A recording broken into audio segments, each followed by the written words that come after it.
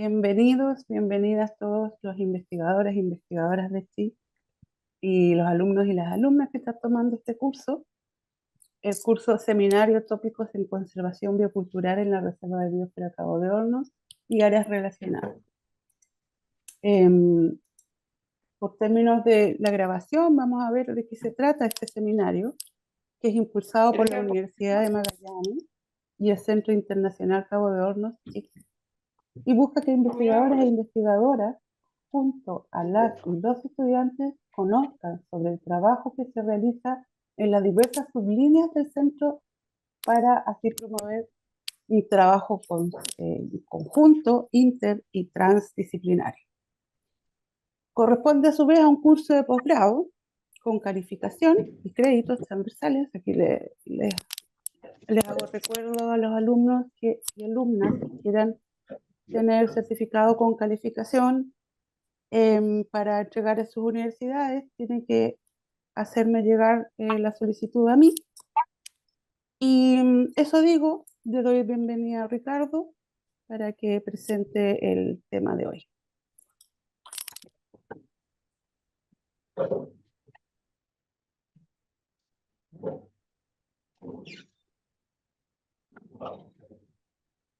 Ricardo. Ah, ¿Aló? ahí sí. Ah, Ahí sí ese, que se escucha. ya. Es que estoy tratando de verlo. ¿Estamos cuántos? Somos 37. Excelente. Voy a tratar de poner mi cámara. Bueno, muchas gracias por la asistencia y en nuestra segunda sesión. En- Ahora estamos grabando y al igual que la semana pasada voy a hacer una breve introducción para contextualizar. Y para ello voy a compartir una pantalla. Em,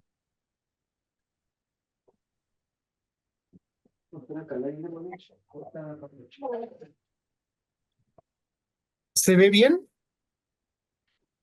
Se ve La- bien, Ricardo. Ya. Sí, se ve. Solo para contextualizar voy a pasar muy rápido. La semana pasada tuvimos la primera sesión, fueron Brenda Riquelme y Fred Talazo sobre los balances de los gases de efecto invernadero. Hablamos de las 3 innovaciones del CHIC, ¿no es cierto? Eh, Siendo la primera el proveer un nuevo centro de excelencia científica y tecnológica llamado Cabo de Hornos, y esto se ubica en una latitud, en una ubicación que no tiene un centro equivalente, por lo tanto, viene a resolver una brecha en el monitoreo global, en las visiones globales, algo que vamos a comentar un rato más en esta sesión. Luego, el segundo aporte es que el enfoque no es solamente el cambio climático, no es solamente el cambio global, los efectos, no es puramente científico, es biocultural, es decir, un fenómeno que es complejo biofísicamente, pero que es generado y afecta a su vez a la sociedad, su cultura, su economía, su política.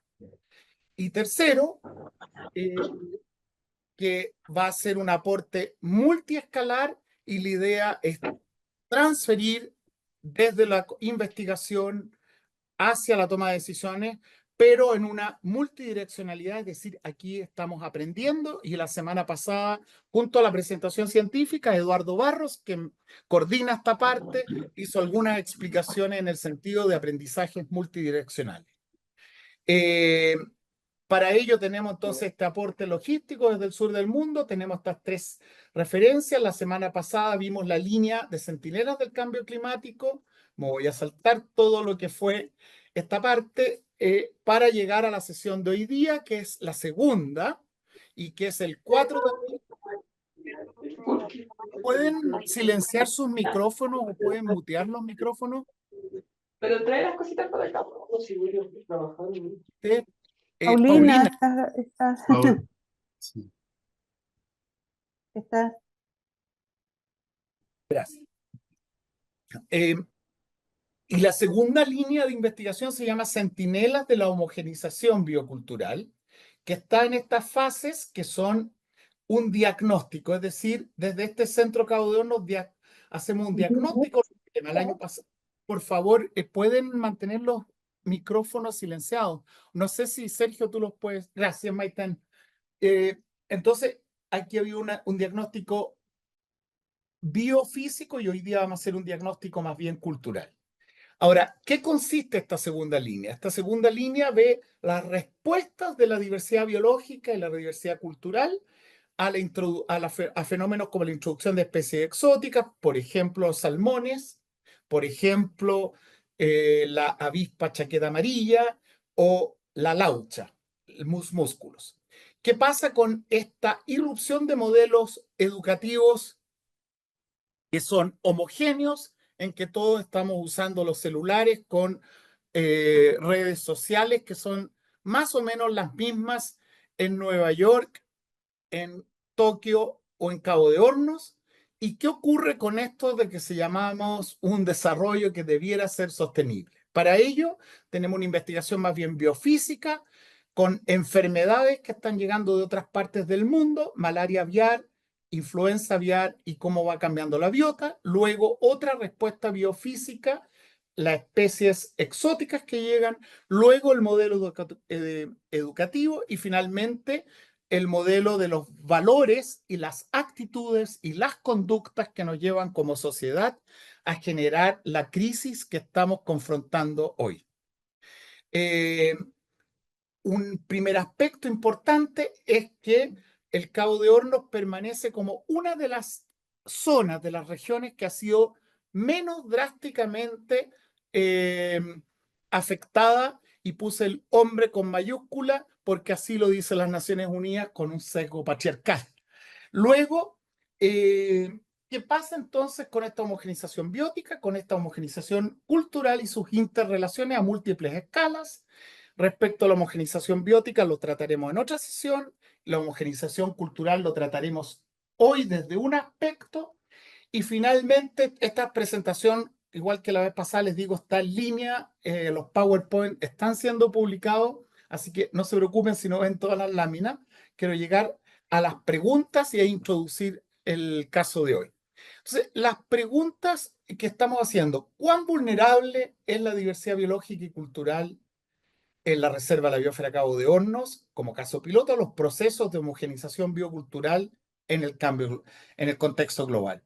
Después, ¿cómo comparamos esta vulnerabilidad en el extremo sur del continente americano con la vulnerabilidad que ven los inuit, por ejemplo, en la región subpolar de Alaska, en el norte de Canadá o en Escandinavia, otros pueblos? ¿Y cómo se comparan estos procesos de homogenización biocultural que estamos viendo en el sur de Chile con lo que ocurre en México, Ecuador, Brasil y otras regiones de Latinoamérica? Y finalmente, ¿cuáles son los factores clave en cuanto a protocolos de prevención y alertas tempranas que podrían prevenir estas amenazas y estos procesos que van eliminando la diversidad biológica y cultural en la Reserva de la Biosfera Cabo de Hornos y otras regiones de Latinoamérica y el mundo? Ahora, hoy los vamos a centrar en la cuarta línea, que es lo que se llama las causas últimas, a diferencia de las causas próximas.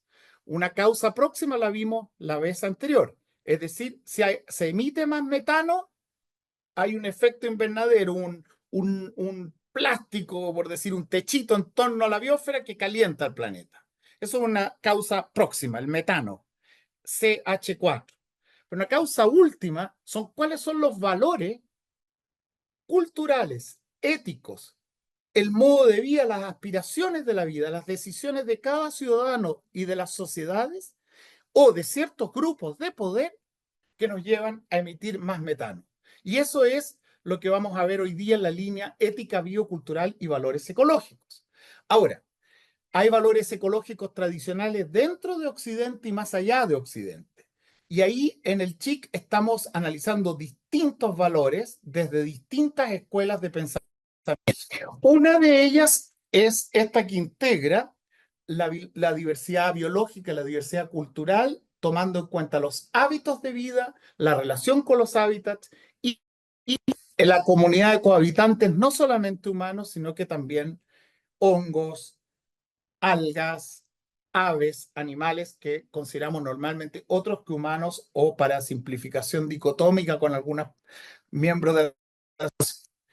Es ahí donde ya entrando cada vez más fino, estamos actuando con el Ministerio de Medio Ambiente, con el Ministerio de Ciencia, particularmente con la Subsecretaría de Ciencia, en el caso y con la Plataforma Intergubernamental de Ciencia y Política sobre Biodiversidad y Servicios de los Ecosistemas, IPBES, para ver estas complejas preguntas y diagnósticos sobre los valores. Y en el grupo de trabajo de filosofía nos organizamos en 4 subgrupos, uno dirigido por el doctor Ricardo Salas Astraín de la Universidad Católica de Temuco, que ha dedicado gran parte de su vida a la cosmovisión mapuche y su relación con el bienestar multidimensional y el buen vivir. Luego está la doctora Sandra Baquedano en la universidad, que se ha enfocado en múltiples temas y uno de ellos es los dilemas éticos que tienen que ver con las especies exóticas invasoras y la ética animal más ampliamente. El tercero que nos convoca hoy, tenemos a una de las personas que ha influido más en las últimas décadas en dar un impulso al desarrollo de la bioética en Chile, más allá de una bioética típicamente relación médico-paciente. Pues la bioética en Chile ha estado dominada por médicos y con preguntas: ¿cuáles son los derechos del paciente? ¿Cuáles son las obligaciones del médico? Y esta bioética clínica es insertada en un contexto más amplio. ¿Qué pasa con la calidad del agua en los ríos? ¿Qué pasa con la calidad del aire que respiramos? Y entonces necesariamente se transforma en una bioética ecológica en términos de Van Rensselaer-Potter, un pensador e investigador y científico estadounidense que acuña, reintroduce el término bioética, una bioética global. Y Luca Valera, siendo un filósofo italiano, es invitado por la Universidad Católica, es decir, gana un concurso en la Universidad Católica, trabaja durante una década residiendo en Chile y continúa trabajando en el CHIC, residiendo ahora como director del Departamento de Filosofía en la Universidad de Valladolid, en España. Él nos va a llevar por estos caminos distintos de la bioética global, particularmente con el autor que abre este camino desde su experiencia como bioquímico, médico y un pensador que tiene la visión de Aldo Leopold de combinar la bioética médica con la ética de la tierra de Aldo Leopold. Y finalmente, con Jessica Sepúlveda, la espiritualidad, la ecología, tradiciones filosóficas occidentales y no occidentales que se van combinando en distintas formas para, ojalá, resolver cegueras respecto al tipo de organismos que consideramos. En ese sentido, Tamara Contador haciendo un esfuerzo y una invitación a mirar los insectos, la conducta de ellos para la crianza de las pequeñas larvas, o también en los organismos vertebrados y las plantas pequeñitas y más grandes.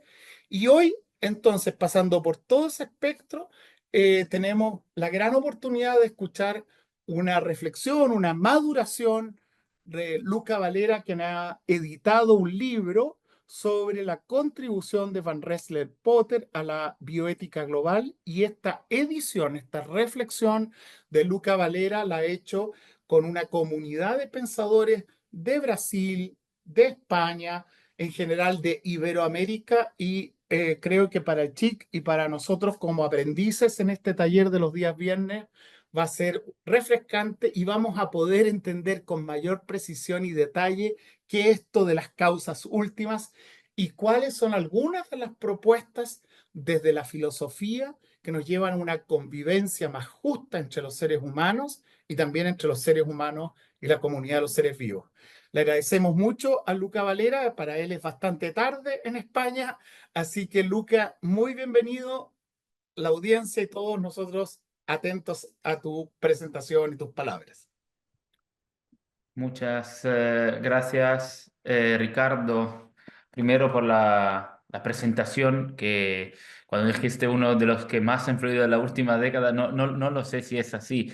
Es bueno que alguien lo perciba así. Yo te agradezco por tus palabras muy generosas.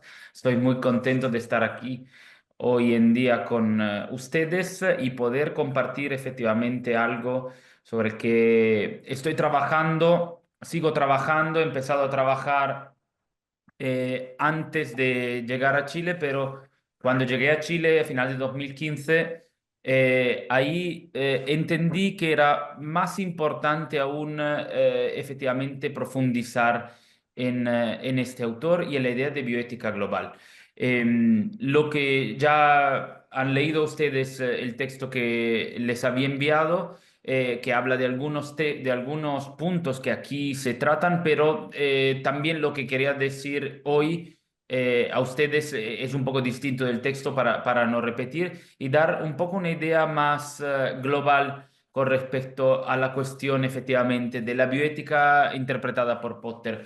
Me parece muy importante, bueno, algunas cosas que ha dicho Ricardo, la vamos a ver reflejada efectivamente en lo que voy a presentar. Eh, Efectivamente, la bioética desde su comienzo ha intentado crear este puente, después veremos la cuestión del puente que es muy importante, entre los hechos biológicos y los valores, las culturas, etcétera. Por eso me parece que la bioética de Potter es capaz de acoger esta mirada biocultural de la que hablaba Ricardo. Me parece fundamental, porque claramente, como se ha dicho ya también, estamos acostumbrados a pensar que la bioética debe enfocarse simplemente en problemas, los problemas clásicos que ocupan el debate público, ¿no? Y que de repente se sacan el debate público, yo creo, para distraer un poco la atención sobre otros temas como la eutanasia, el aborto, etcétera. Estos temas no son los principales para Potter, también existen en algunos escritos suyos, pero él cuando escribe el primer capítulo, digamos, el primer artículo, que después será el primer capítulo de su libro famoso, Bioethics Bridge to the Future, Un puente hacia el futuro. El primer capítulo, el primer artículo que escribe sobre bioética, donde aparece, después se descubrió que había aparecido en otro texto 43 años antes, digamos, en el 27.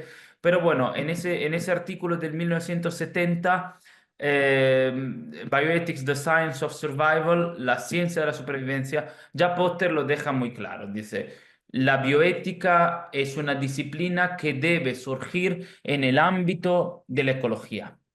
La primera vez que yo leí esto, después de haberme interesado por la bioética, a partir de una tradición muy italiana, como me formé yo, entonces muy continental, y en Italia pueden imaginar cómo el debate siempre ha sido un debate muy tenso entre dos polos, digamos, la bioética así llamada católica, la bioética laica, ¿no? Sobre estos grandes temas de los que estaba hablando, eutanasia, aborto, etcétera. Cuando fui a leer por primera vez ese texto de Potter, eh, el famoso texto del 71, vamos, me sorprendí bastante porque dije, ¿en qué sentido para Potter la bioética debe fundarse en la ecología?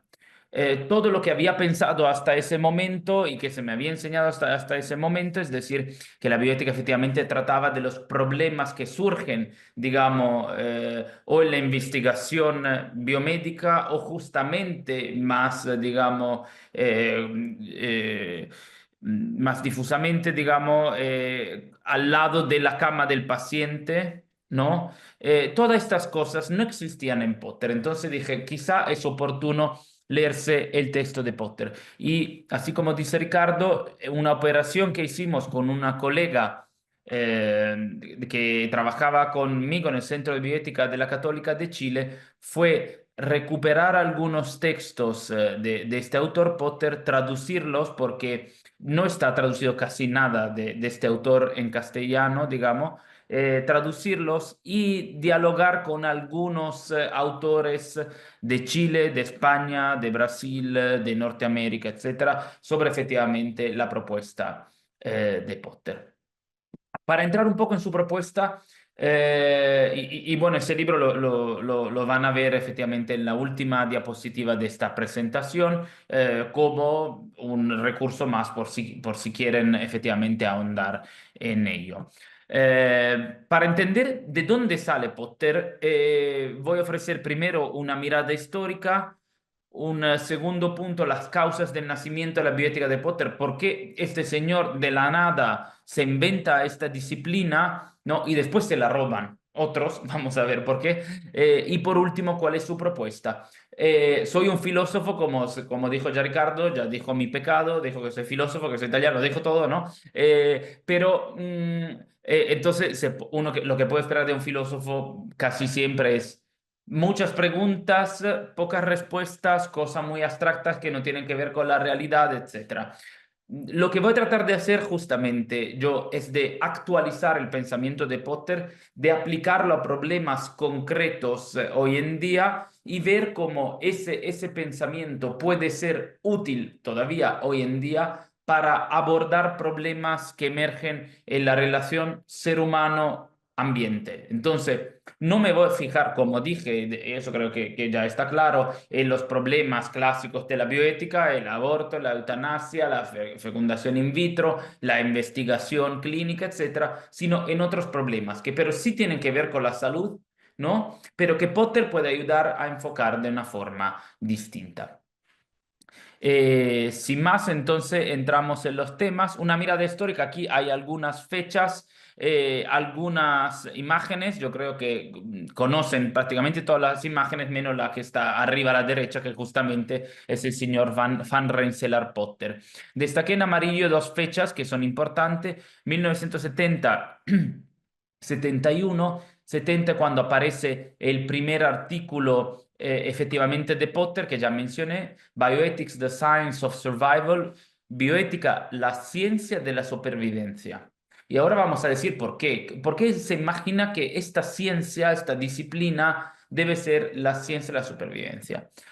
1989 es el año, entonces, bueno, 70 este artículo, 71 cuando se publica el libro Bioethics, Bridge to the Future, donde el primer capítulo justamente es ese artículo de 1970.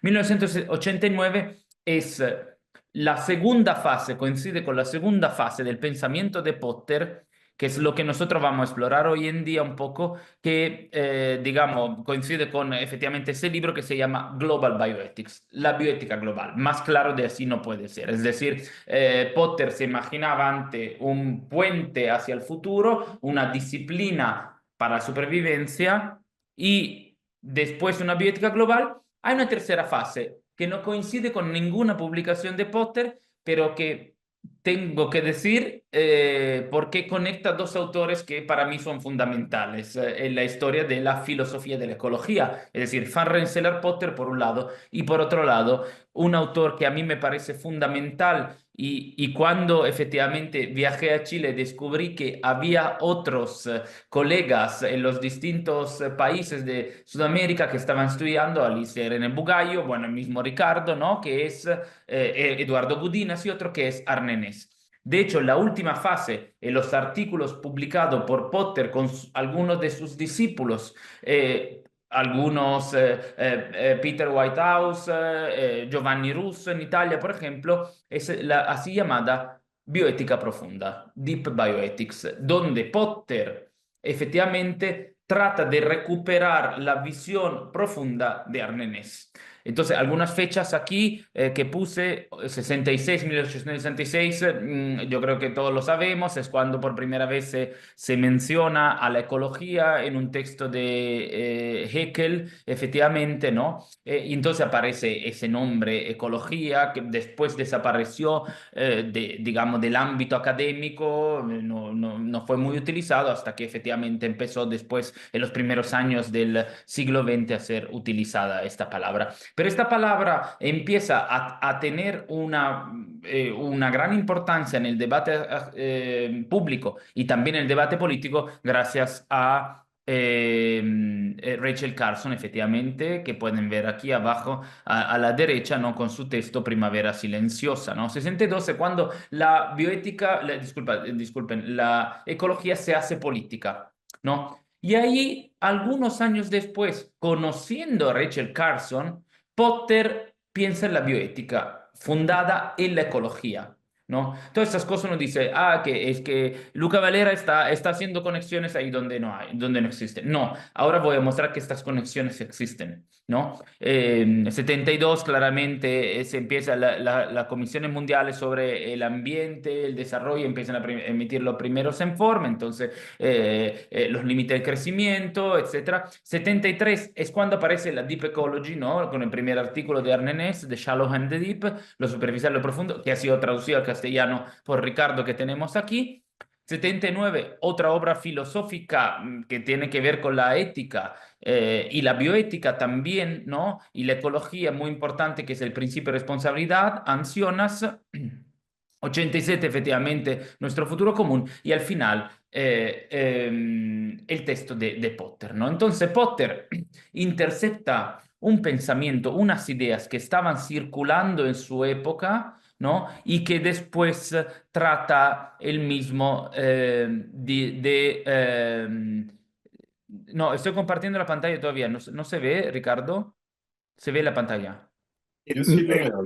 ¿Qué se ve? Perfecto. Entonces soy yo te veía a ti, pero no importa, estamos bien. Ok. Estamos bien. Ok, Gracias. perfecto. Gracias. Era solo para estar seguro. Entonces, Potter, donde termina justamente con la bioética global, que es el tema que vamos a ver hoy.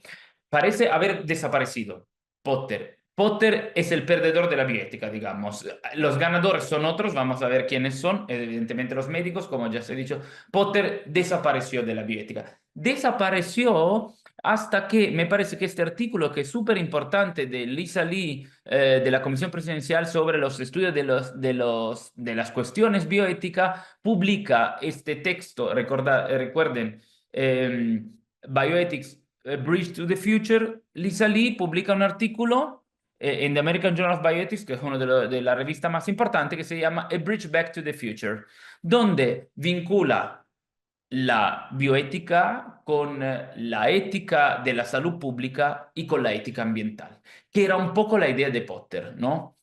A partir de esas publicaciones, 2017, Henk ten Have es un gran estudioso también de Potter en este sentido, volvió a circular este tema, ¿no? Y entonces se empezó a pensar una vez más que efectivamente no tiene sentido hablar de bioética, no tiene sentido hablar de ética de la salud pública, ¿no? Sin hablar de una ética ambiental al mismo tiempo, ¿no? Entonces, un puente hacia el futuro, un puente hacia atrás, digamos, para poder lanzarse hacia el futuro. Y aquí está el punto fundamental. Hay algunas cosas. Si ustedes se vuelven a su casa donde están, con esta idea fundamental, que la bioética no es simplemente la ética médica, sino que es otra cosa, ya estoy contento de decir, porque he tratado de decir estas cosas muchos años cuando estaba en Chile. Algunos me han escuchado poco, pero vamos, sigo repitiendo, que es un concepto muy, muy sencillo, pero que me parece fundamental. Angus Dawson, que es uno, bueno, ahora está en la Universidad Nacional de Singapur, un gran investigador, amigo que conozco y tal, dice, la bioética hoy en día está dominada por la ética médica, año 2010. Y esto es parte del problema. La ética médica es solo una parte de la bioética y otros temas deben también ser importantes para garantizar una discusión más equilibrada. Además, la ética médica ha estado dominada por una serie de supuestos fundamentales que se han convertido en la ortodoxia y que a su vez dominan la bioética. En este sentido, la bioética es más predecible, estéril e incuestionable, se ha convertido en poco más que una ideología. Y entonces dice, tenemos que repensar la bioética, ¿no? Pensándola fuera de la ética médica. Y Angus Dawson es uno de los, digamos, pioneros de la ética, de la bioética ecológica, como se llama hoy en día. ¿Cuál es el problema? ¿Dónde está dónde está el problema? ¿Por qué ha desaparecido Potter? Porque ha ganado Georgetown. Es decir, el famoso Kennedy Institute of Ethics, ¿no? Donde han estado todos los famosos. Si han escuchado algo de bioética, posiblemente han escuchado a Daniel Callan, a Andre Hellegers, pero sobre todo Tom Beecham y James Childress, que son los fundadores del principialismo. Si les ha tocado estar en algún comité de bioética, saben muy bien que hay 4 principios con los que se evalúa cualquier, digamos, cuestión clínica o también de ética de la investigación. La beneficencia, la no maleficencia, la justicia, la autonomía. No, Beecham y Childress, ¿de dónde salen? De ahí, de Georgetown, que han ayudado también a la bioética en este sentido a hacerse más pragmática, más tangible, ¿no? Entonces, el principialismo con sus 4 principios básicamente ha, digamos, enfocado la bioética en la ética médica. Surgen en 1971, justamente un año después del artículo de Potter. Ricardo, sí, tiene la mano levantada, ¿no? Sí, sí, sí, lo que pasa pensando en la audiencia, lo diversa, creo que estás tocando un punto tremendamente importante con el Kennedy Institute, porque ahí hay dos aspectos.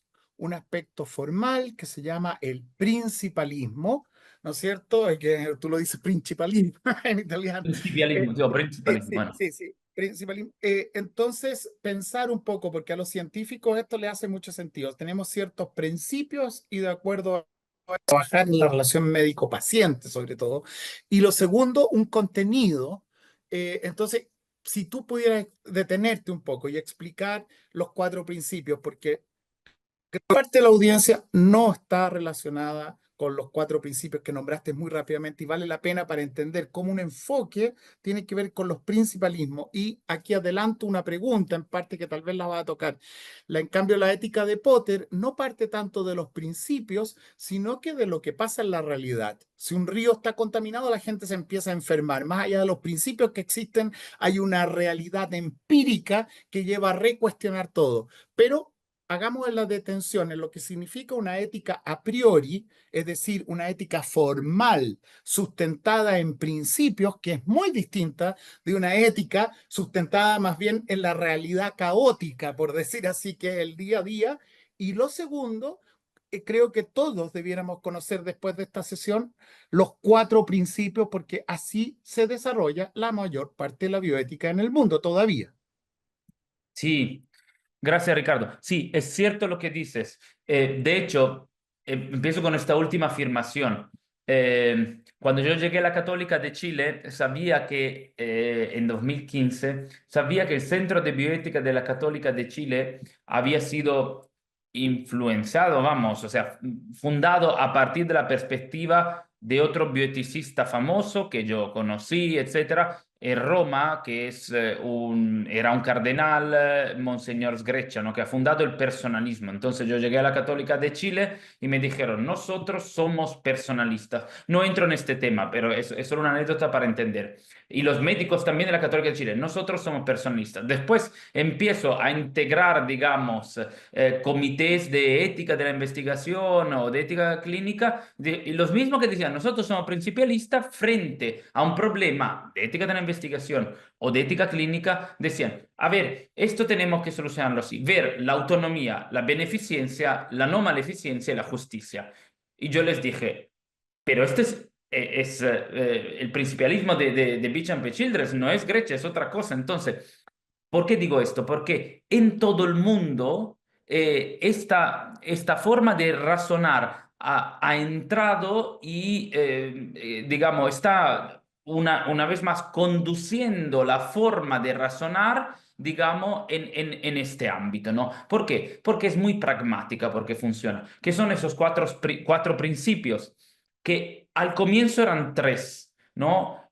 Surgieron de un documento que se llama el Informe Belmont, que era muy importante en 1978, efectivamente. En este informe, comisionado por Estados Unidos, se decían cuáles eran los principios que se podían usar en la ética de la investigación, sobre todo la ética de la investigación clínica, y eran 3 principios, es decir, autonomía, justicia y beneficencia, ¿no? Autonomía, es decir, respetar las decisiones libres, voluntarias y, digamos, informadas del paciente. De ahí sale el consentimiento informado, por ejemplo, tanto en la investigación clínica como en la ética de la investigación en general, ¿no? El consentimiento informado como expresión de la autonomía. yo puedo, digamos, asentir a que me hagan alguna intervención, etcétera, porque soy autónoma, entonces consciente, entonces libre, todo esto.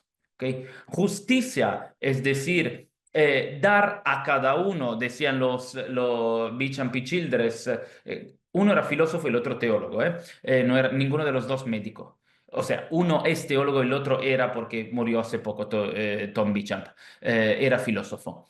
Además utilitarista, famoso estudioso de Bentham, etc.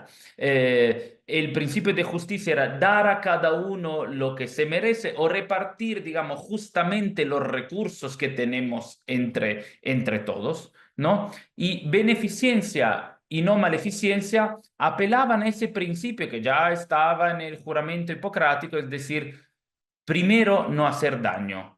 Primum non nocere, ¿no? En latín. Primero, no hay que hacer daño al paciente. Segundo, hay que procurarle algún beneficio. Esos fueron los 4 principios. 4 principios, ojo, que no se usaban. Y voy a la siguiente, porque así se entiende más lo que estaba preguntando Ricardo. Que no se usaban simplemente para la ética así llamada, digamos, asistencial, etcétera, la ética clínica, ¿no? Que habla de los derechos y deberes de los pacientes y también de los profesionales de la salud, ¿no? Algo que tiene que ver con todos nosotros en cuanto paciente, sino también los derechos y deberes de los sujetos de investigación y de los investigadores. Y tercero, en la formulación de los lineamientos de la política pública vinculada con la atención clínica y la investigación biomédica. Es decir, esos 4 principios, el paradigma de Georgetown, entraba tanto en la ética clínica, primer punto, en la ética de la investigación científica, segundo punto, y en la ética de la salud pública, tercer punto. ¿Ok? ¿Por qué surgió todo esto? Y cierro este pequeño excursus, porque después voy a Potter, pero es importante entenderlo, porque Potter toma distancia radicalmente, como decía Ricardo, de todo esto, usando otro enfoque, es decir, uno más bottom-up, ¿no? Y no top-down, es decir, que los principios llegan de arriba y yo los aplico, ¿no? ¿Qué pasa? ¿Por qué surgen Beauchamp y Childress y la bioética así entendida? Porque hubo una cierta cosa en la filosofía, y ahorro un tema súper largo, que se llama el giro lingüístico, sobre todo en ámbito anglosajón, de las que surgieron las así llamadas éticas aplicadas. ¿Por qué? Porque hubo un cierto momento en la ética, digamos, al comienzo del siglo XX hasta los años 60, en que la ética se ocupaba básicamente de cuestiones que hoy en día llamaríamos metaética, es decir, cómo formulamos aquellos principios que nos sirven para poder actuar bien, ¿no? Pero se había perdido, digamos, no estaba viendo lo que pasaba en la realidad.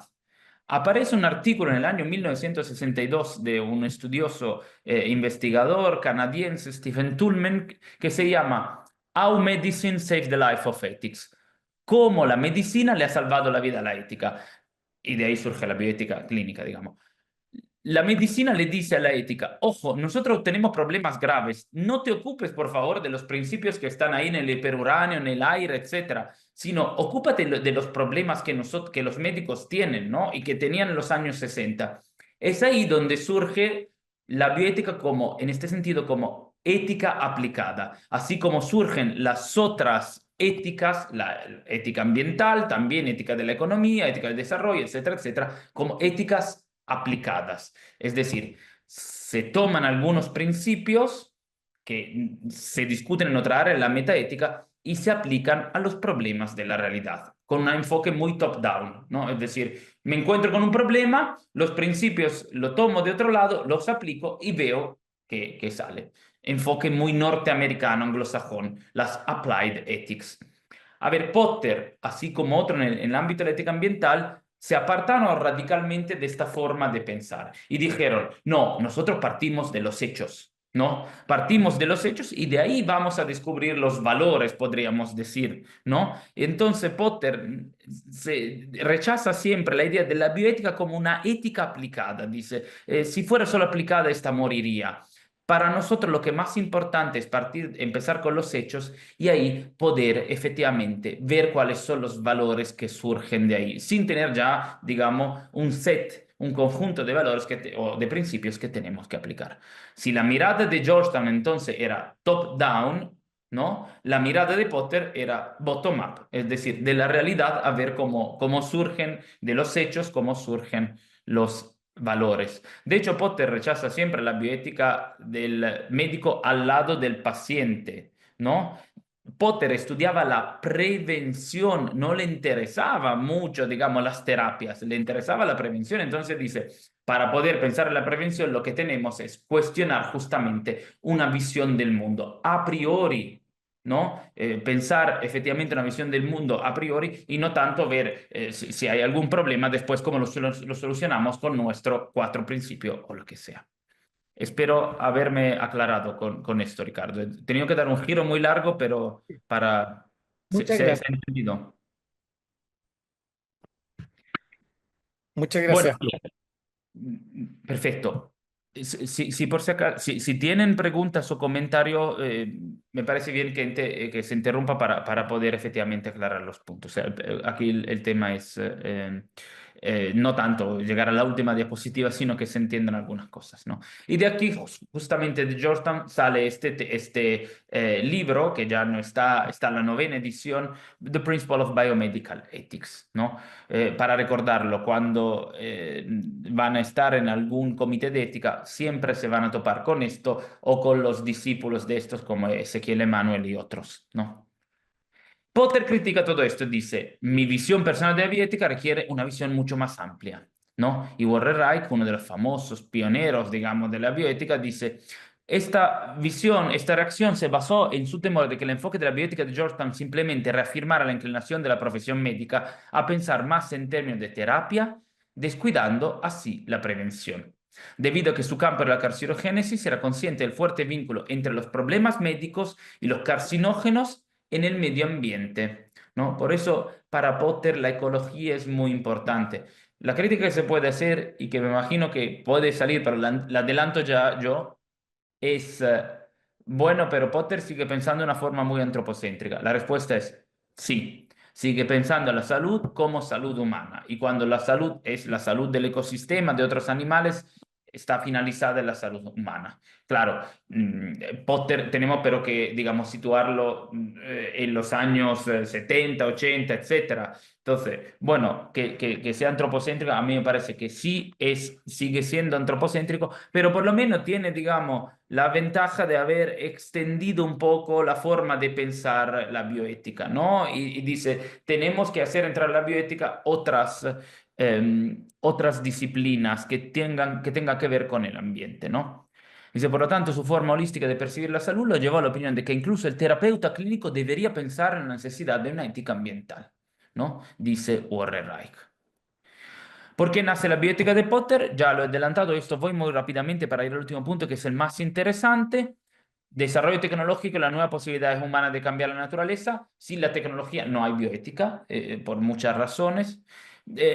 Como diagnóstico que existían dos culturas distintas, ¿no? Retoma este famoso texto, aquí voy muy rápidamente, paso la diapositiva muy rápidamente, este famoso texto de Charles Percy Snow que se llama The Two Cultures, las dos culturas, ¿no? Dice, hay dos culturas, las humanidades, que para Potter representan, digamos, los valores, y la ciencia dura, que no están hablando. Estamos en el año 70, y Charles Percy Snow en el año 49. Hoy en día, gracias a Dios, hemos, digamos, pasado todo podemos hablar de interdisciplina, aunque este problema sigue persistiendo, ¿no? Y entonces Potter tenía la necesidad de unificar esos dos mundos distintos que no se hablaban, como dice Snow en su texto. Se estaban agotando los recursos naturales, lo estaba ya viendo Potter en los años 70 y la ciencia había conocido el pecado, ¿no? Bueno, para el agotamiento, la nueva posibilidad tecnológica, les aconsejo, tengo que seguir cambiando el castellano de España a Chile, me cuesta muchísimo. Entonces, les aconsejo el texto del el principio de responsabilidad de Jonas, que un poco describe en esos años justamente cuál era el problema.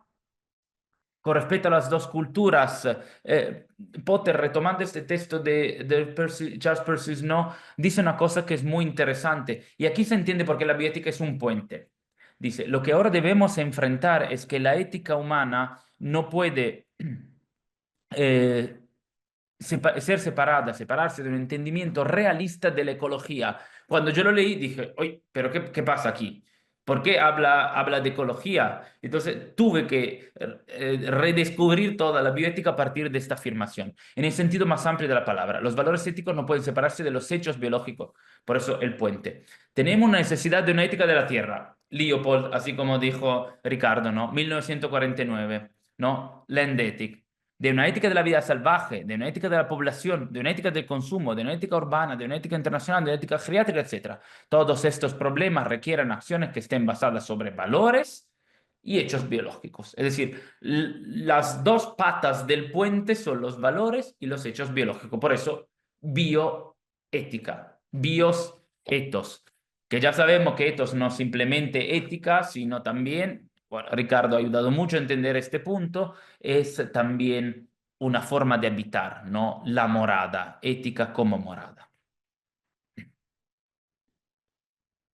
Aquí se entiende entonces, digamos, la forma de pensar de Potter, ¿no? Donde dice, efectivamente, si queremos alcanzar una supervivencia miserable, él estaba pensando en esto, estaba pensando no tanto en el problema del paciente individual y de su relación con el médico. También podría servir para esto, pero el punto es la supervivencia de la humanidad. Siempre piensa en la humanidad, ojo, ¿eh? Nuestra supervivencia, dice, podríamos tener una supervivencia miserable y una visión muy de cortoplacista. La ética médica nos ayuda en esto, que descuida el ecosistema, e impulsa la degradación y deterioro del ecosistema.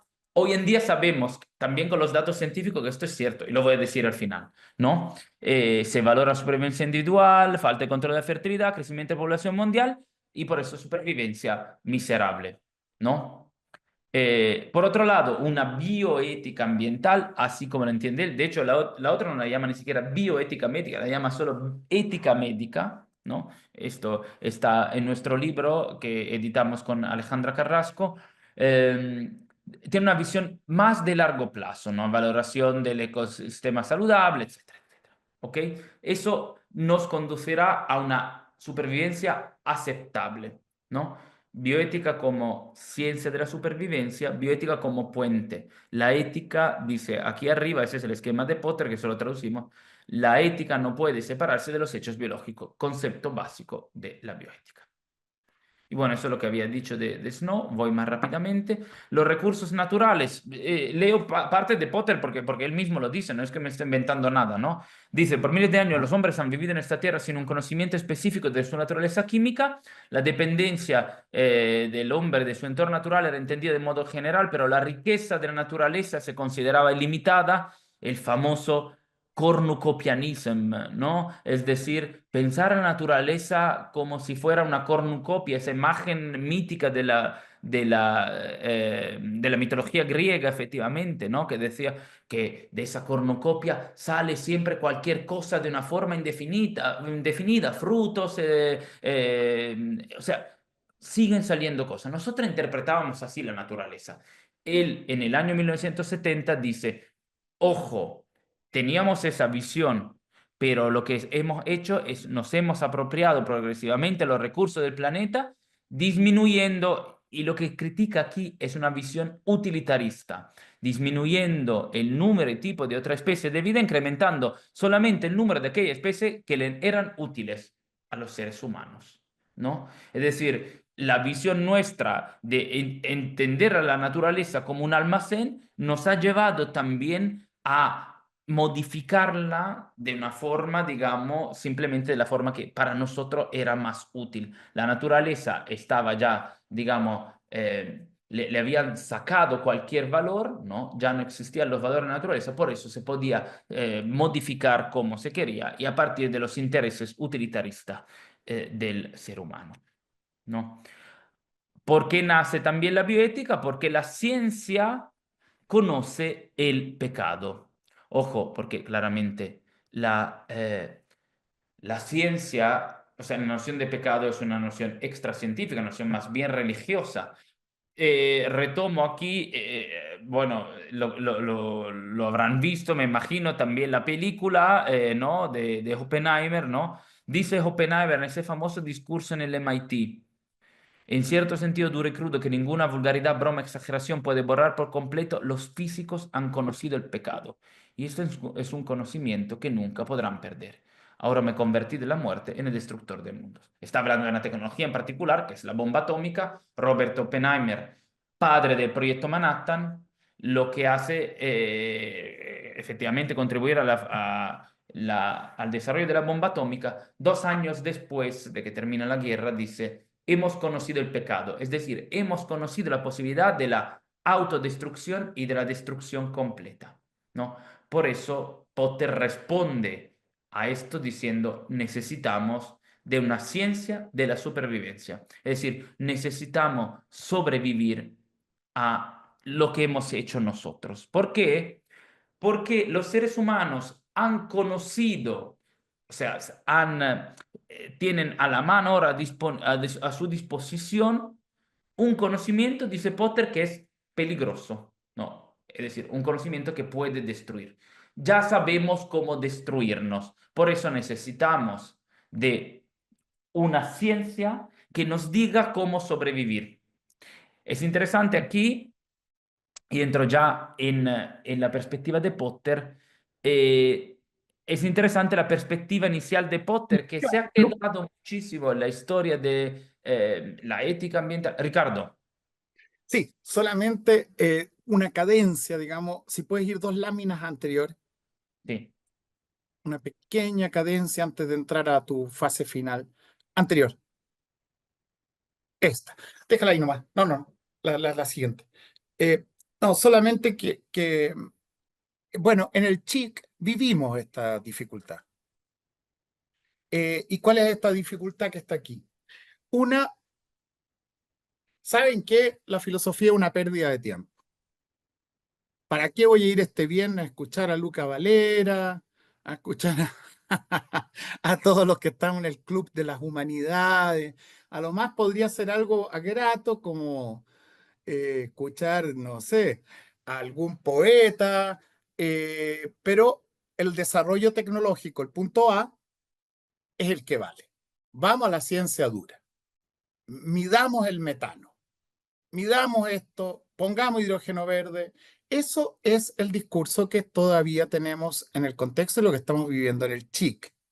Lo segundo, una vez que constatamos este hecho, en esta clase yo he puesto algunos enlaces facilitando la traducción de una referencia como a las dos culturas, que les puse, hay un ensayo español ahí que tiene un corazoncito y pero no es fácil conversar entre un filósofo y un científico. Todavía no es fácil. Luca es un poquito más optimista, dijo: ya hemos superado las dos culturas. Ojalá, ojalá, porque no es solo juntarse y hablar de transdisciplina, es entender la dificultad muy grande de una ecuación como la que el doctor Fred Talazo y Brenda Riquelme nos mostraron en el verano en un curso que era maravilloso, pero había que hacer el esfuerzo hasta entender la ecuación matemática.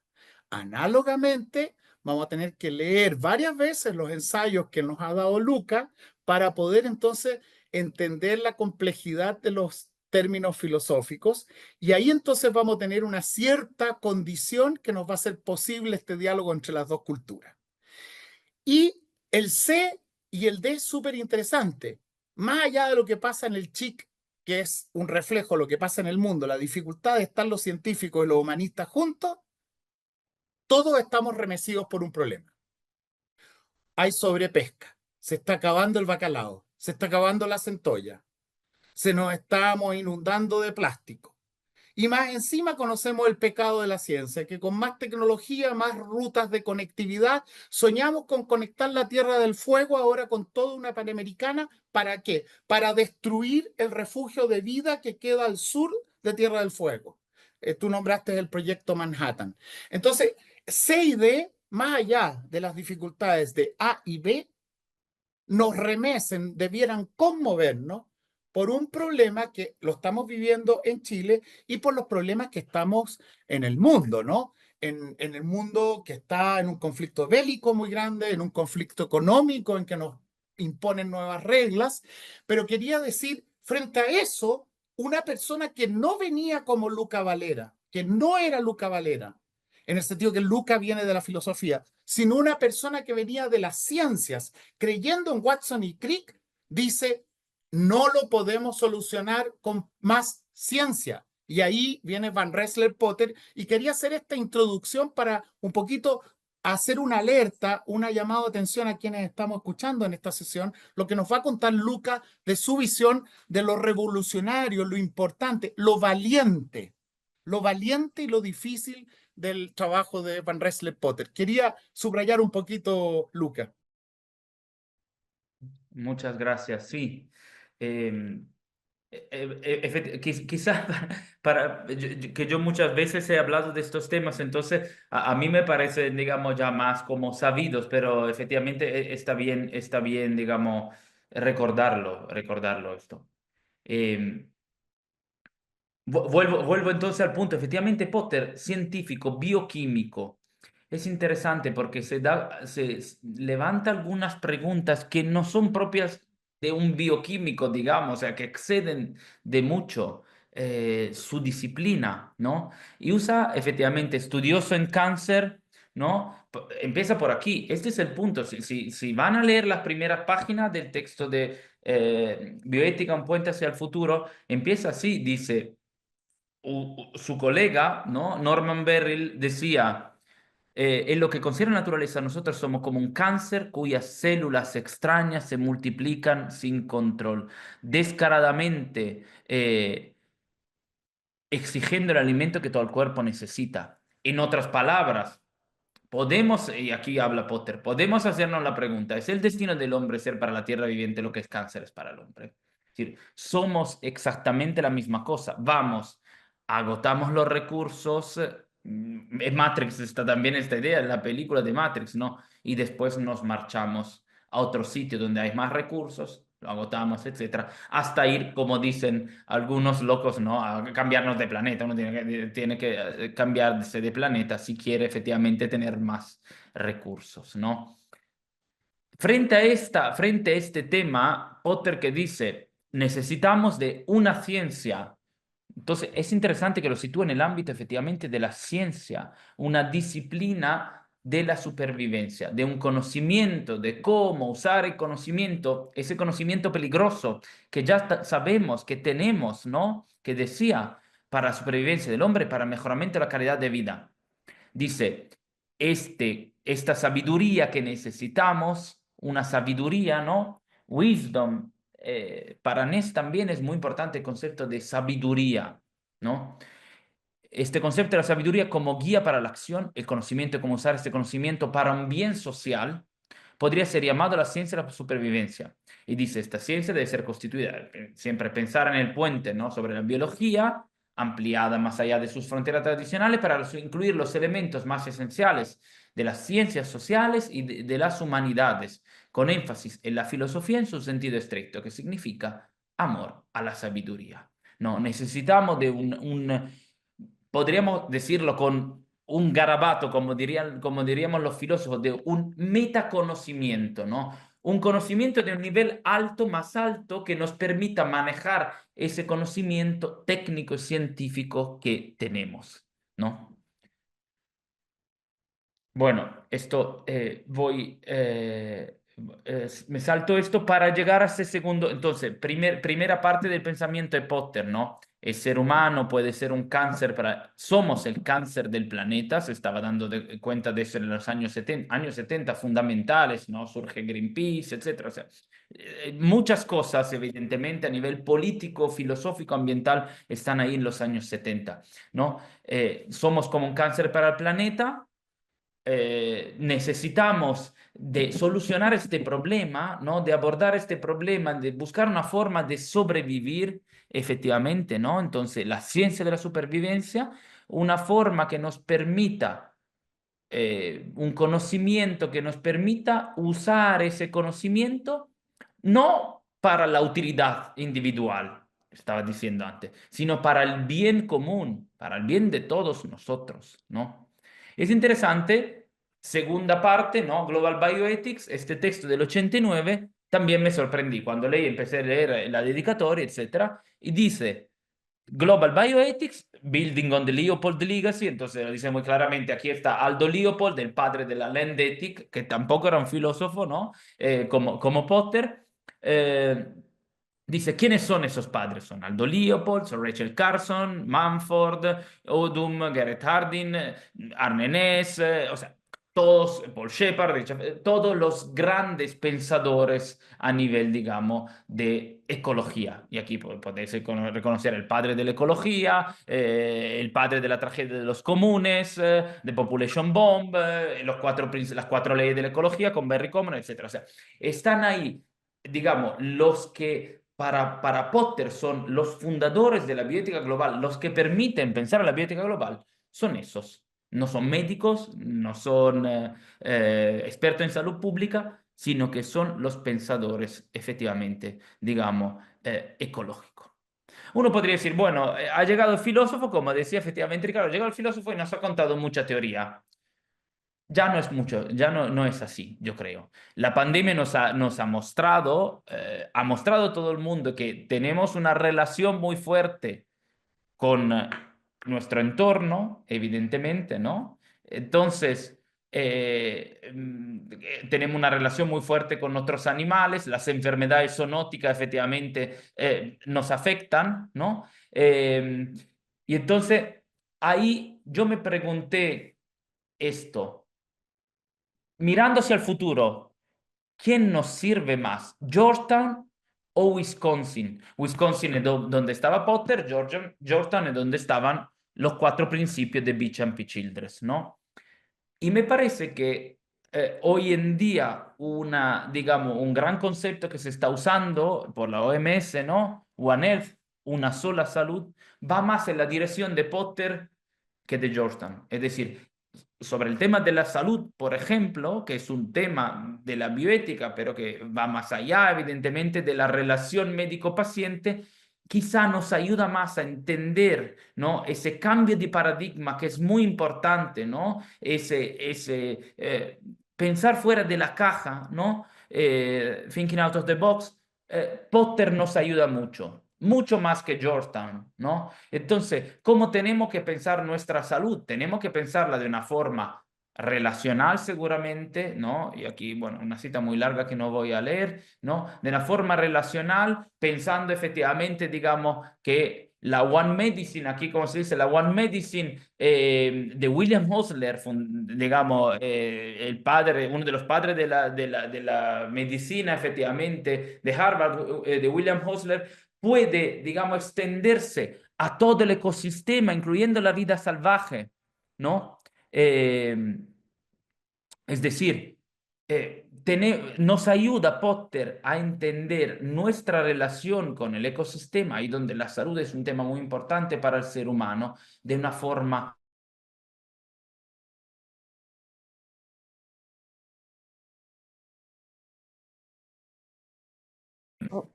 pueden después leerlo. El puente que buscaba Potter se ve entonces también en esta forma de entender la salud de una forma muy práctica, ¿no? Como la salud humana está vinculada a la salud animal, a la salud ambiental, ¿no? Y ahí, eso es una imagen de la OMS, ¿no? El primer punto es la prevención. No, Potter ha enfocado toda su visión de la bioética, toda su visión también de la investigación en la prevención. Ahí donde entran los estilos de vida, la comida, una forma de vivir efectivamente saludable, cosa que la medicina se había perdido. Si recordamos la famosa definición de medicina de la OMS de salud de 1948, era que efectivamente después de más de 2000 años en que se pensaba la salud como ausencia de enfermedad de una forma entonces negativa, se empezó a pensar de la salud como un bienestar biopsicosocial, ¿no? Pero siempre pensado en el ser humano, hasta extenderlo, hasta llegar a nuestros días donde hay un nuevo concepto de salud. Entonces, la salud no es simplemente algo que tiene que ver con el cuerpo, con la máquina corpórea humana, ¿no? Como una ausencia de enfermedad, porque ninguno de nosotros estaría sano en este momento porque todos tenemos alguna enfermedad por aquí y por allá, ¿no? Entonces, la salud como idea irrealizable, a pasar con los años, con el año 48, a la salud como un completo bienestar biopsicosocial del ser humano, hasta llegar a una nueva noción de salud que es la que tenemos hoy en día y que yo creo Potter implícitamente lo ha impulsado, que es evidentemente pensar la salud como una relación compleja entre distintos factores, la salud humana, la salud ambiental y la salud animal, ¿no? Entre salud y ambiente, y voy ya terminando, veo aquí que me paro un momento con la pregunta de Flavia. A nivel global se observa múltiple polarización, entre las cuales destaca el positivismo en la ciencia y sus aplicaciones. ¿Qué piensas tú sobre esto? ¿O cómo se relaciona tu presentación o comentarios de Ricardo sobre las ciencias duras? Sí, absolutamente.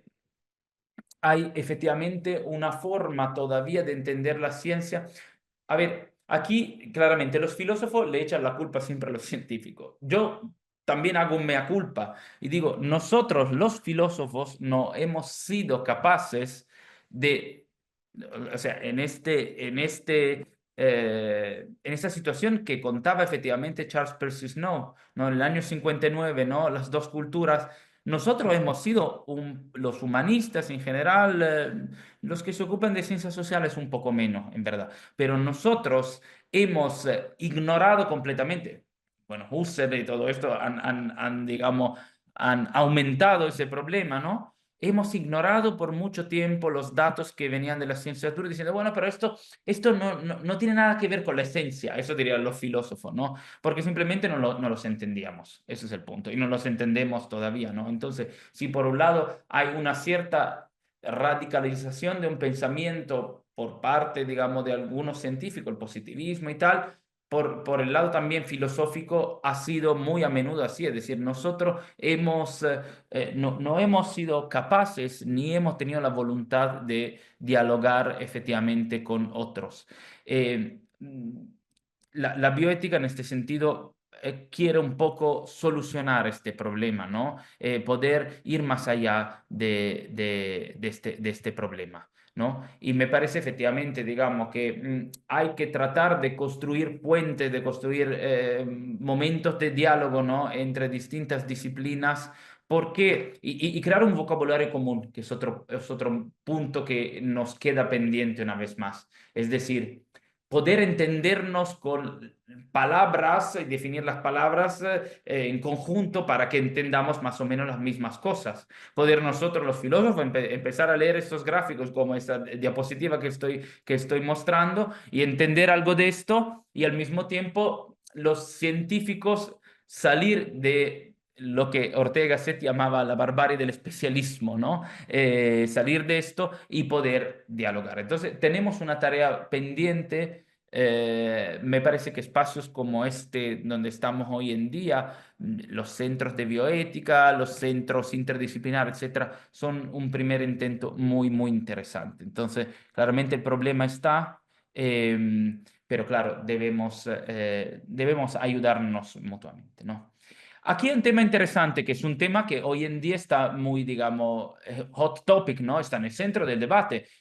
A partir del año 2019-2020 se han hecho distintos reports en Lancet, por ejemplo, ¿no? Donde, y aquí pueden ver Lancet Planet Health 2020, donde se ven, por ejemplo, para el cuidado de la salud, cuánto nosotros estamos contaminando. Tema enorme. Siempre, o sea, en los últimos años han empezado a salir datos de cómo efectivamente una contaminación ambiental pueda producir efectos negativos para la salud humana.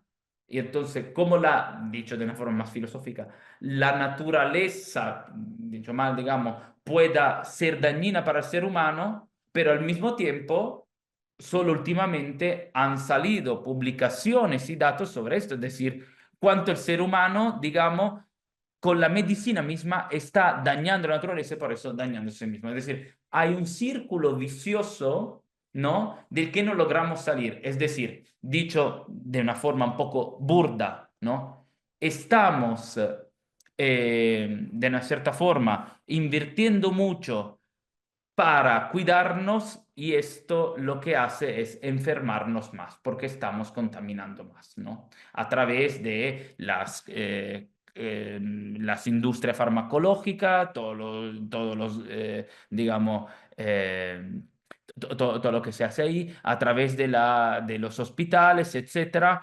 Eh, entonces hay un círculo vicioso entre salud y ambiente que se ha empezado a estudiar últimamente, y del cual ha salido un concepto muy interesante en el ámbito también bioético, ¿no? Pero bueno, de medicina, pero también bioético, que es el cuidado de la salud sustentable, ¿no? No solo tenemos que pensar cómo cuidar al ser humano, sino al mismo tiempo tenemos que preocuparnos de la contaminación ambiental que está asociada a ese cuidado, ¿no?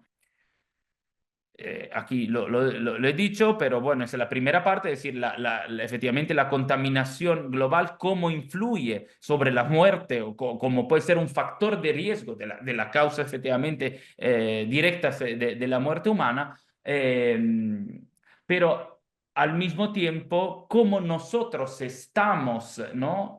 A través del cuidado que se está haciendo, enfermando más al ser humano. Sobre el primer punto, es interesante porque hoy en día no solo se habla de los determinantes sociales de la salud, sino también los determinantes ecológicos de la salud, ¿no?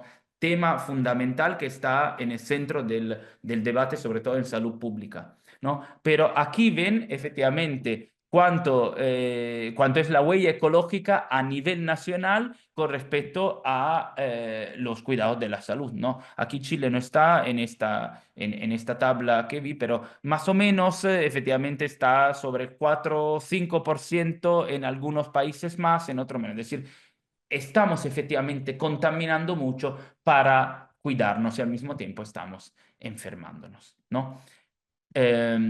Voy ya a la conclusión para poder responder a las preguntas, ¿eh?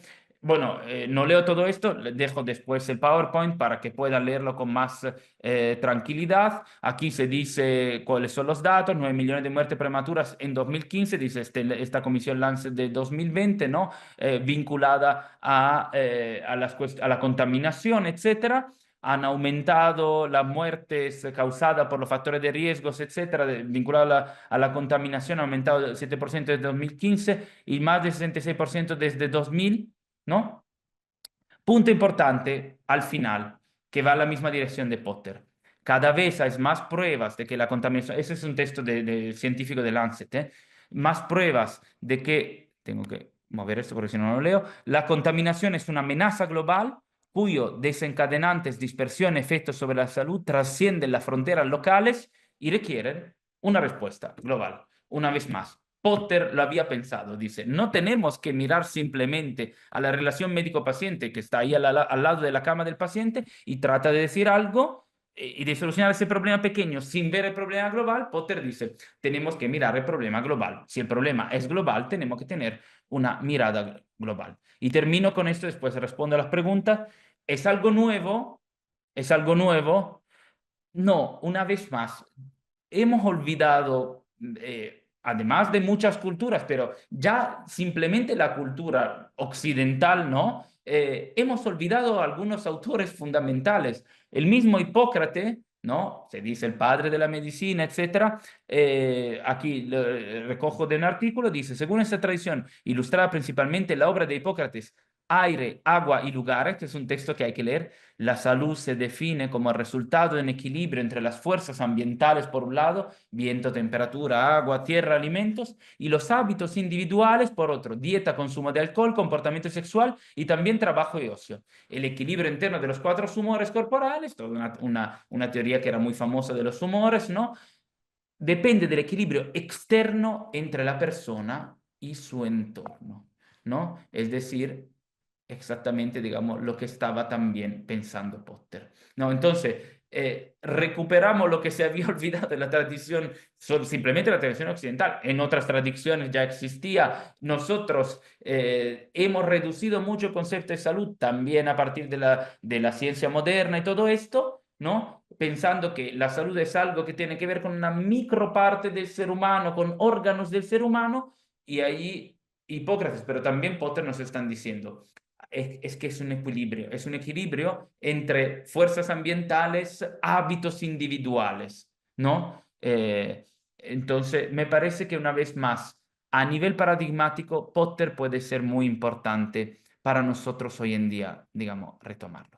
Con esto ya había terminado esto. Dejo aquí esta última diapositiva donde está efectivamente la imagen del puente y el texto de Potter que hemos traducido nosotros. Trato de responder a las preguntas leyéndolas rápidamente antes de que, para no dejar nada, digamos, sin solucionar. Luciano dice, me queda la sensación de que Potter queda muy sesgado por un tecnocentrismo. ¿Crees que se está dejando de lado, se podría dar más peso a los valores de la naturaleza misma o quizá involucrar también los derechos de los pueblos originarios en un contexto actual? A ver, respondo como respondería Potter. Potter no conocía todo esto, evidentemente. Eh, Estaba, yo creo, ampliamente ignorado en su época, sobre todo cuando escribe él. En sus textos no se menciona, por ejemplo, otras formas de conocimiento que no fuera la ciencia oficial. Entonces, si con tecnocentrismo se entiende esto, sí, claramente, así como es antropocéntrico, Potter trata de reconstruir, se podría criticar también su visión filosófica y mucho, o sea, hay muchas críticas que se pueden hacer. Él llama sabiduría lo que no es sabiduría, sino que según yo es prudencia, pero bueno. Entonces, sí, claramente hay problemas allí. Yo, por otro lado, trato de valorar lo bueno que hay y la intuición genial que ha tenido este señor, digamos, en una época en que se estaba pensando de una forma totalmente distinta, es decir, de quebrar un poco, de pensar fuera de la caja, como está diciendo, ¿no? Quebrar la distinción rígida entre distintas disciplinas, ¿no? Y pensar al ser humano a partir de una cierta visión, que para él es la de un teólogo que se llama Teilhard de Chardin, etcétera, etcétera, de pensarlo como él dice, la máquina cibernética. Hay un cierto mecanicismo ahí, si queremos criticarlo, etcétera, etcétera. Pero de pensar el ser humano de una forma, como decía Warren Reich, más holista, es decir, más relacionada con el ambiente, pensando que efectivamente hay que entender los problemas a nivel global para entender al ser humano y no al revés. Respondo a Diego, después veo que Camilo tiene la mano levantada. El entendimiento del ser humano como cáncer del planeta no puede caer en discurso de ecofascismo que puede virar contra los humanos de modo generalista. Si somos humanos y si somos nosotros y Potter seres humanos que buscamos una sensación de supervivencia, entonces pienso quizá que el problema puede no ser el ser humano, sino el sistema sociopolítico y la ideología dominante. Así, encajaría en este entendimiento la bioética global de Potter un posicionamiento crítico contra el sistema sociopolítico actual y a las ideologías de extrema derecha que estas sí son homogeneizadoras de la ética biocultural. Uf. El discurso de Potter es muy poco político, esto sí tengo que decirlo. Es decir, Potter no estaba muy, aunque claro menciona a Rachel Carson, etcétera, pero no estaba muy enfocado en esta forma de pensar. Sobre la primera parte, yo estoy de acuerdo contigo. De hecho, tenía una diapositiva sobre el ecofascismo, decía que era demasiado largo todo esto, entonces dije, bueno, no lo voy a tratar, pero claro, ahí hay un punto importante, ¿no? Es decir, cómo entendemos nosotros la libertad humana en este ámbito, en este tema de crisis ecológicas y tal. Bueno, eso es un temazo enorme que no sé si podemos efectivamente, digamos, debatir. Sobre estos últimos puntos, yo solo indico, por ejemplo, en Brasil, justamente los colegas que han escrito con nosotros en este libro de la Pontificia Universidad Católica de Paraná, ¿no? Han tratado de llevar acá, de poder, digamos, compatibilizar la bioética de Potter con otra forma de pensar más sociopolítica, etcétera. Me parece que ahí hay cosas por investigar que son interesantes.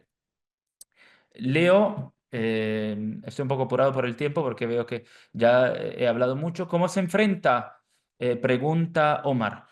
Sabiendo que la bioética que plantea Potter, ¿cómo se enfrenta a conceptos epistemológicos que vienen de los antiguos griegos, donde se ha separado al ser humano del resto del mundo y que a raíz de esto se han moldeado aspectos como leyes, economía, la misma ciencia hasta el día de hoy?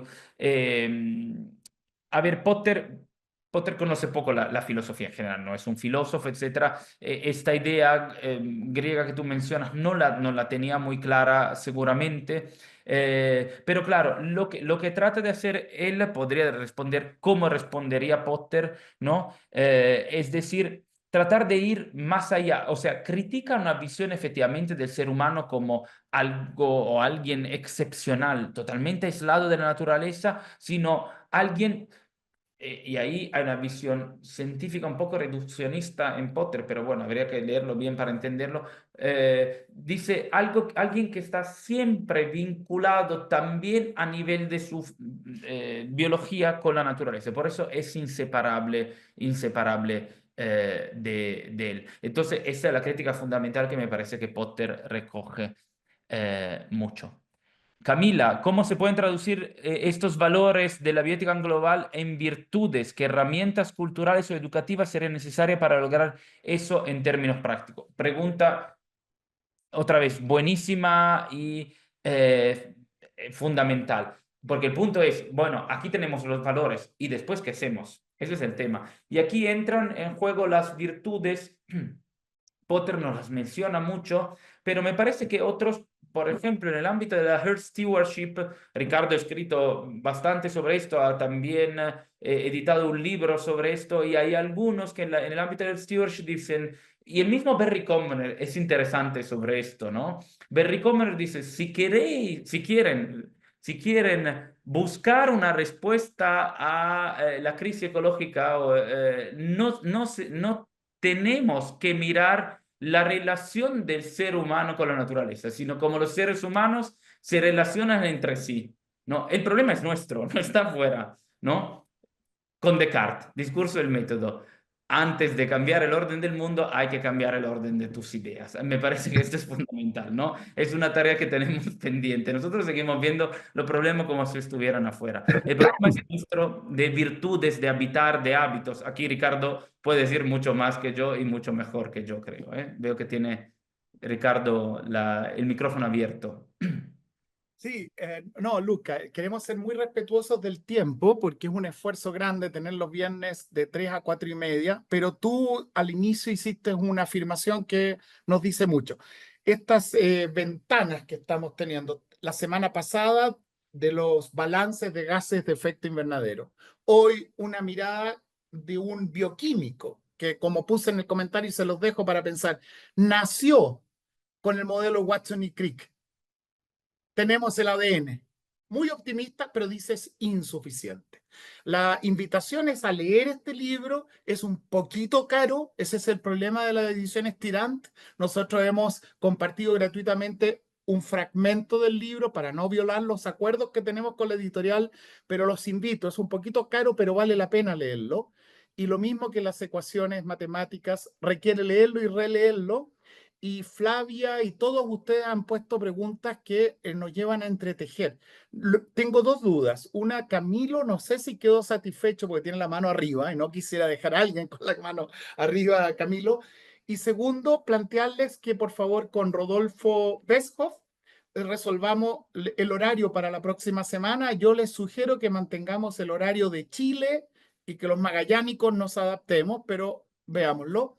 Pero creo que agradecer a Luca el abrirnos una ventana con un montón de preguntas y un montón de literatura.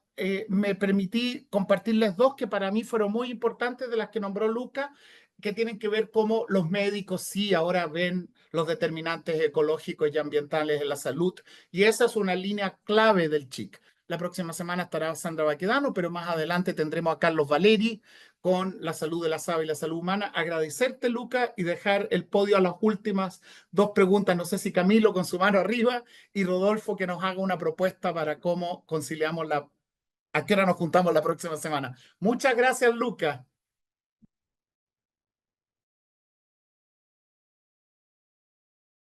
Camilo. Sí, gracias. Bueno, repetir un poco lo que dijo Ricardo. Yo soy profesor de filosofía, así que de verdad te agradezco tu presentación y claramente en Chile la bioética por el lado ambiental no aparece. Es muy novedoso, creo yo, esto acá. Sin ánimo de alargarme mucho. Como soy profesor de filosofía, también hoy día estoy tratando de estudiar los bosques desde una perspectiva socioecológica. Entonces mi pregunta va por, no quiero preguntar por Potter, quiero preguntar a Luca Valera, por el texto también que compartió, ¿no? Tú, y mi pregunta tiene que ver con cierta tachadura, que te lo preguntaron también ahí, cierta tachadura de lo político que me preocupa de alguna manera. Eh, Mencionaste a Hipócrates en unas láminas atrás, donde hablas entonces de lo ambiental y lo individual. Y en tu texto que compartiste, también en esta nueva como idea que queda a medio desarrollar, está esta idea también entre como lo global y lo individual, ¿no? Entonces, eh, con esta formación en ciencias sociales me preocupa un poquito, y también por lo que hace el CHIC, ¿no? Lo que decía Ricardo al principio, como que me quedo en una perspectiva que pareciera que se me cuela un liberalismo o un neoliberalismo en términos de la sociedad, de la sociopolítico, de esta omisión de repente, la mirada de lo tecnológico. Cuando me quedo con lo tecnológico como la medición del carbono, se me escapa lo político, llamémoslo capitalismo y llamémoslo neoliberalismo, que se cuela entre medio de esto. Cuando presentas tú en tu trabajo esta distinción, esta relación entre como lo global y lo individual, me preocupa un punto intermedio que podría llamarlo comunitario. A lo mejor Ricardo Salas Astraín tiene mucho que decir ahí y a lo mejor ahí hay puntos de fricción, ¿no? Pero te lo pregunto a ti por lo mismo. ¿Qué pasa con esto de lo comunitario? Porque en tu lectura o en tu uso de Potter veo esto. Listo, perdón, gracias. Gracias, respondo súper brevemente en honor al tiempo. No, gracias por la solicitud. Yo no soy un gran filósofo político para nada, entonces gracias por haberlo destacado todo esto.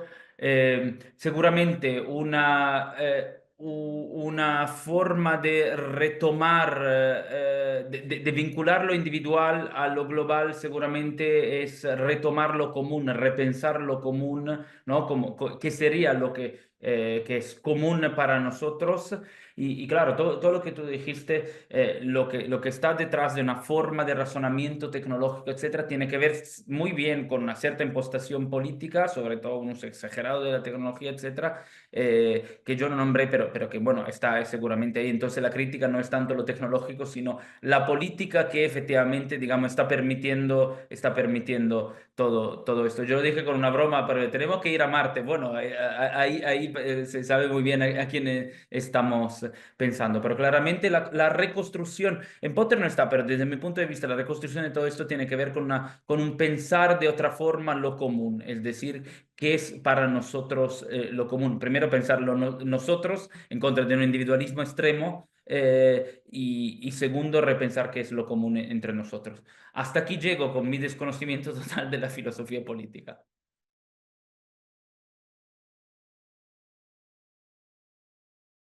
Gracias, gracias.